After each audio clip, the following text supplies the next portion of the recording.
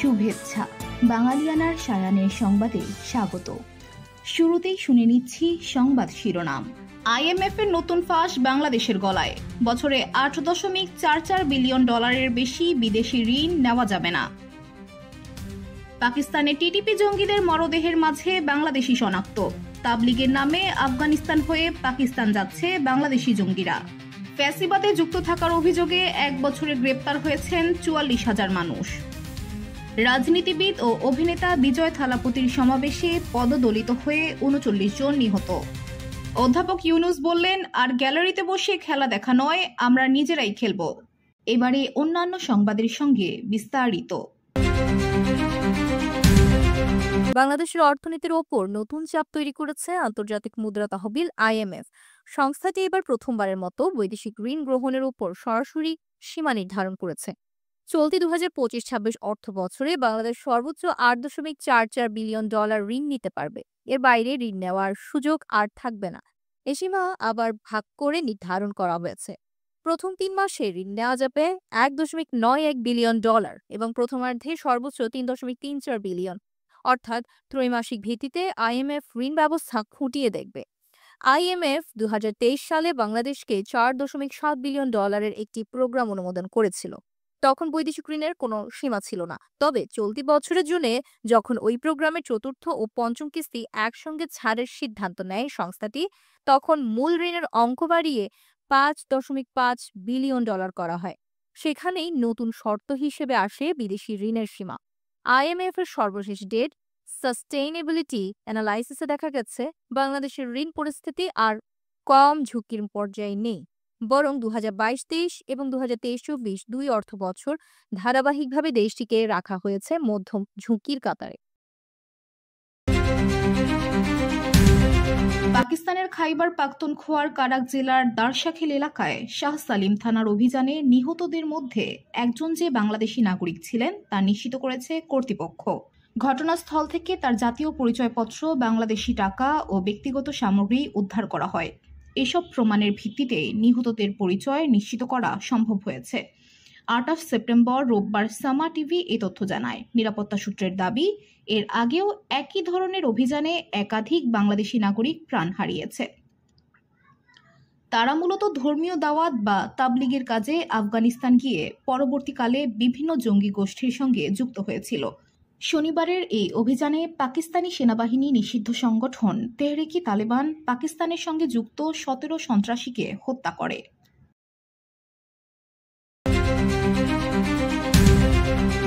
রাজধানীর শ্যামলীতে 16 সেপ্টেম্বর আওয়ামী লীগের একটি ঝটিকা মিছিল বের হয়।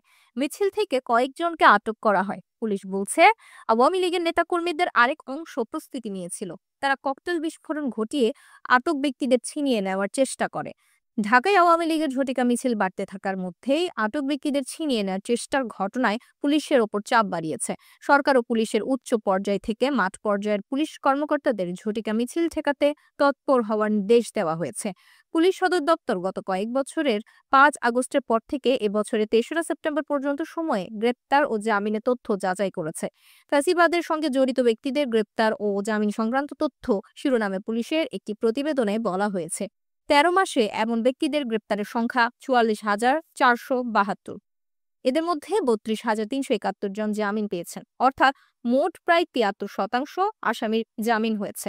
সরাসরি আওয়ামী লীগের মিছিল ও অন্যান্য কর্মসূচি থেকে কতজনকে গ্রেপ্তার করা হয়েছে সে বিষয়ে পুলিশ সদর দপ্তরের হিসেব আলাদা তথ্য নেই। তবে ঢাকা মহানগর পুলিশের এই সংক্রান্ত পৃথক পরিসংখ্যান আছে। এতে দেখা যায়, রাজধানীতে আওয়ামী লীগ ও এর সহযোগী সংগঠন এবং নিষিদ্ধ ঘোষিত সংগঠন ছাত্রলীগের অবৈধ মিছিল কর্মসূচি ঘিরে সন্ত্রাস বিরোধী আইনে 97টি মামলা হয়েছে। এসব মামলায় গ্রেপ্তার হন 1,123 জন। তাদের মধ্যে 403 জন ইতিমধ্যে জামিন পেয়েছেন।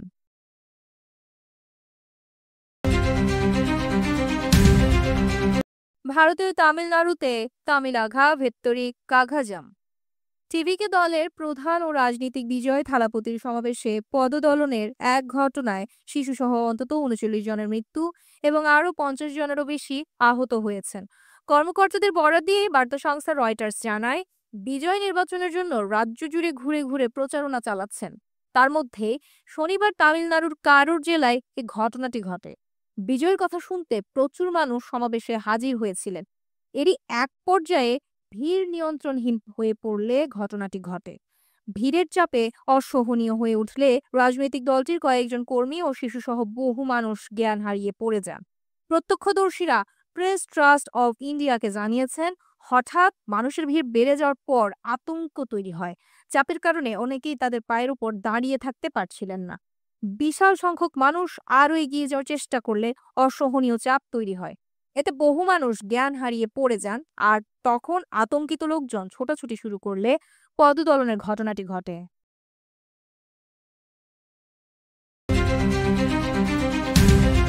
উৎপাদন করে লোকসান দেওয়ার পরও প্রতিষ্ঠার ৮৮ বছরের মধ্যে সবচেয়ে বেশি লাভ করেছে কেরু অ্যান্ড কোম্পানি। চিনি কলের ব্যবস্থাপনা পরিচালক মোহাম্মদ রাব্বিক হাসান জানান, ২০২৪-২৫ অর্থ বছরে চিনি কলটি প্রতিষ্ঠার পর থেকে রেকর্ড সর্বোচ্চ মুনাফা অর্জন করেছে। সরকারের রাজস্ব খাতে ১৪০ কোটি এবং চিনির কারখানার প্রায় ৬২ কোটি টাকা লোকসান পুষিয়েও এবার মুনাফা হয়েছে ১২৯ কোটি ৫৪,৭৪,০০০ টাকা। কর্তৃপক্ষ জানিয়েছে, চিনি কলটি প্রতিষ্ঠা হয়েছে ১৯৩৮ সালে। পুরনো আমলের যন্ত্র দিয়ে কোনো রকমে চালিয়ে নেওয়া হচ্ছে মিলটিকে। চিনি উৎপাদনের সময় মাঝে মধ্যে যান্ত্রিক ত্রুটি দেখা দেয়। এসব কারণে চিনি খাতে লাভবান হওয়া যায়নি। এ অর্থ বছরে ডিস্টিলারি বিভাগে ফরেন লিকার উৎপাদন হয়েছে ২,০৫,২২০ কেস। সিএস কান্ট্রি স্পিরিট উৎপাদিত হয়েছে ২৪,৮৯,০০০ প্রুফ লিটার। ভিনেগার উৎপাদিত হয়েছে ২১,০০০ লিটার, যা বিক্রি করে চিনি কলে এসেছে ১৯০ কোটি ২৬,৭৭,০০০ টাকা।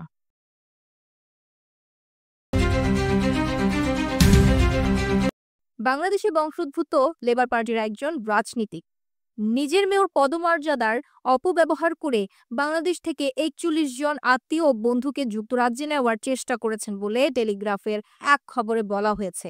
অনুসন্ধানের ভিত্তিতে ব্রিটিশ সংবাদ মাধ্যমটি বলছে, সেসব ব্যক্তির ভিসা পাইয়ে দেওয়ার চেষ্টায় লেবার পার্টির নেতা মোহাম্মদ আমিরুল ইসলাম ঢাকায় ব্রিটিশ হাই কমিশনে নিজের ক্রেস্ট ও লোগোযুক্ত চিঠি পাঠিয়েছেন।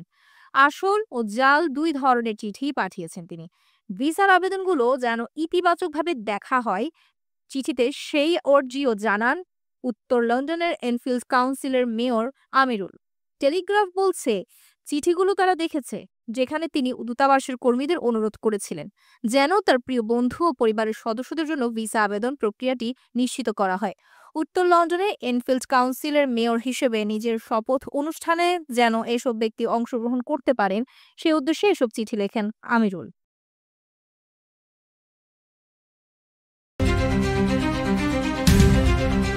নানা জটিলতা কাটিয়ে অবশেষে শুরু হতে যাচ্ছে কক্সবাজারের মহেশখালীতে অবস্থিত দেশের প্রথম গভীর সমুদ্র বন্দর মাতার বাড়ির মূল অবকাঠামো নির্মাণ কাজ। অর্থায়ন নিশ্চিত হওয়ায় আগামী অক্টোবর মাসের শেষ সপ্তাহে আনুষ্ঠানিকভাবে এ বন্দরের গুরুত্বপূর্ণ অংশ জেটি, টার্মিনাল শেড এবং কন্টেইনার ইয়ার্ড নির্মাণ শুরু হবে। প্রকল্পটি ২০৩০ সালের মধ্যে পুরোপুরি চালুর লক্ষ্য নিয়ে কাজ করছে সরকার। বন্দরটি চালু হলে চট্টগ্রাম বন্দরের সক্ষমতা বাড়বে ৭ গুণ। কন্টেনার হ্যান্ডলিং হবে ১১ লাখ TEUs। চট্টগ্রাম বন্দর সূত্রে জানা যায়, ৬,৫০০ কোটি টাকা অর্থায়ন নিশ্চিত হওয়ায় মাতারবাড়ি গভীর সমুদ্র বন্দরের নির্মাণ কাজ শুরু হচ্ছে। এই নির্মাণ কাজের জন্য জাপানি উন্নয়ন সংস্থা জাইকা ৫,৫০০ কোটি টাকা দিচ্ছে। বাকি ১,০০০ কোটি টাকা যোগান দিচ্ছে চট্টগ্রাম বন্দর কর্তৃপক্ষ।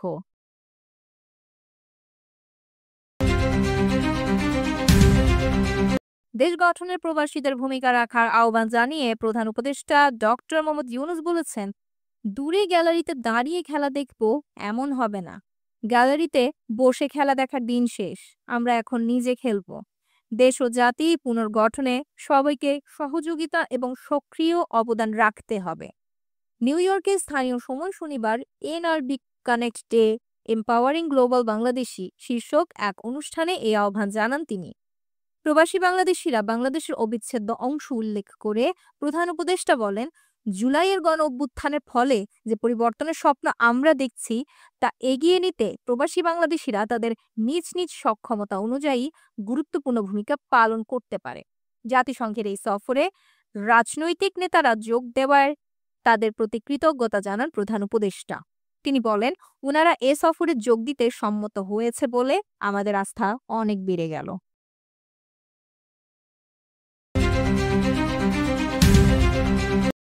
সৌহার্দ্য সম্প্রীতির বার্তা সর্বত্র ছড়িয়ে দেওয়ার আহ্বান জানিয়েছেন বিএনপির ভারপ্রাপ্ত চেয়ারম্যান তারেক রহমান।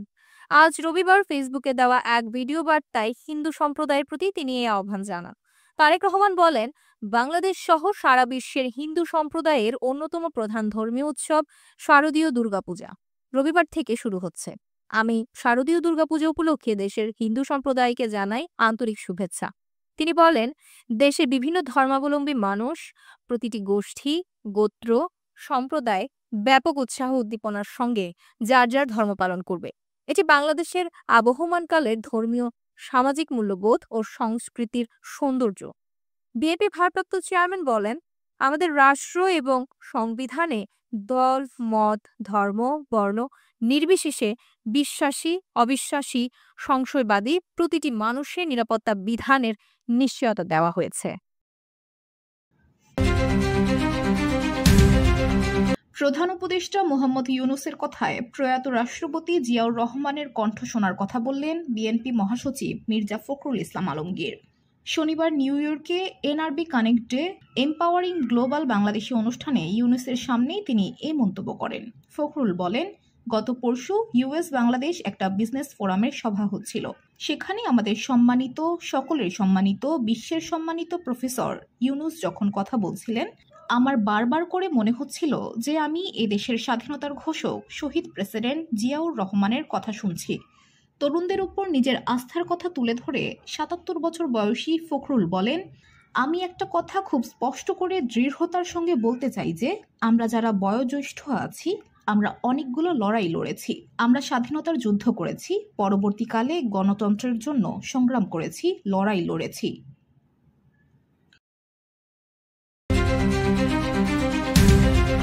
শারদীয় দুর্গাপূজা ঘিরে গুজব ও সাম্প্রদায়িক সম্প্রীতি বিনষ্টের চেষ্টা করা হলে কঠোর ব্যবস্থা নেওয়া হবে বলে জানিয়েছেন স্বরাষ্ট্র উপদেষ্টা জাহাঙ্গীর আলম চৌধুরী।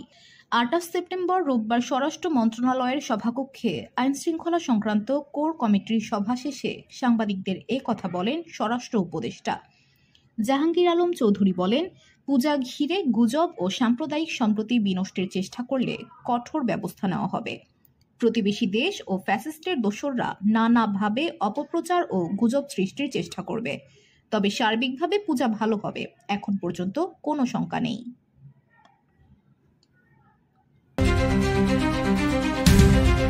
প্রধান নির্বাচন commissioner CEC AMM Nasir Uddin বলেছেন, আগামী জাতীয় সংসদ নির্বাচনকে সামনে রেখে কমিশন বাড়ি বাড়ি গিয়ে ভোটার তালিকা হালনাগাদ করেছে। ইতিমধ্যে তারা প্রায় ২১ লাখ মৃত ভোটারকে তালিকা থেকে বাদ দিয়েছে।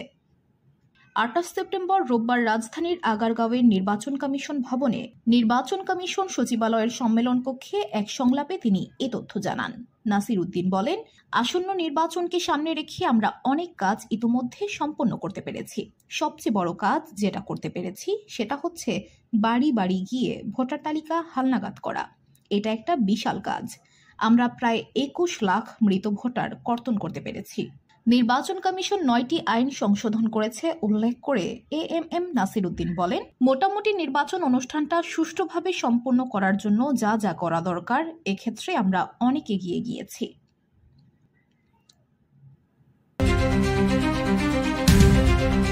মুক্তিযোদ্ধা, সাম্যবাদী রাজনীতিবিদ এবং বাংলাদেশের কমিউনিস্ট পার্টির সাবেক সভাপতি মঞ্জুরুল আহসান খান।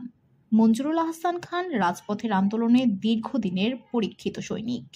কৈশোরে ১৯৫৫ সাল থেকে স্কুলের ছাত্র থাকা অবস্থায় ছাত্র ইউনিয়নের কর্মী হিসেবে তার রাজনৈতিক জীবনের সূচনা।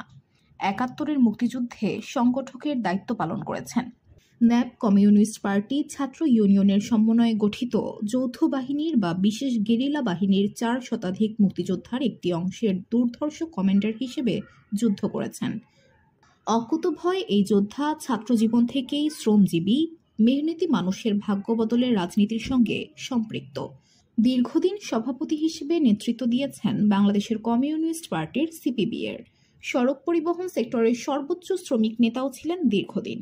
সামরিক স্বৈরাচার বিরোধী আন্দোলনেও বীরোচিত ভূমিকা পালন করেছেন।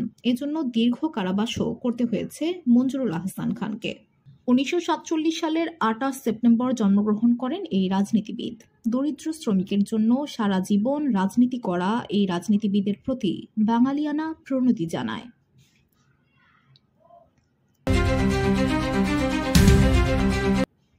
সশরীর ও অনলাইন মিলিয়ে 20টি দেশের 90 জন প্রতিযোগীর অংশগ্রহণে শেষ হয়েছে ওপেন ওয়ার্ল্ড অ্যাস্ট্রোনমি অলিম্পিয়াডের চতুর্থ আসর। 6 সদস্যের বাংলাদেশ দল এতে অংশগ্রহণ করে। এই আসরে একটি স্বর্ণ, 2টি রৌপ্য ও একটি ব্রোঞ্জ পদক লাভ করেছে বাংলাদেশ। বাংলাদেশের একটি স্বর্ণপদক পেয়েছেন মখদুম আমিন ফাহিম, 2টি রৌপ্য পদক পেয়েছেন সপ্তর্ষি রহমান এবং রাদিদ রাইয়ান, একটি ব্রোঞ্জ পদক পেয়েছেন মোহাম্মদ জুবাইর হোসেন জিসান। এছাড়াও সায়নন্ত রায় পেয়েছে সম্মানসূচক স্বীকৃতি। বাংলাদেশ সময় বিকেল 4টায় এই দলটি শাহজালাল আন্তর্জাতিক বিমানবন্দরে অবতরণ করলে তাদের সংবর্ধনা দেওয়া হয়। বাঙালিয়ানার সায়ানের সংবাদ শেষ হলো। ধন্যবাদ।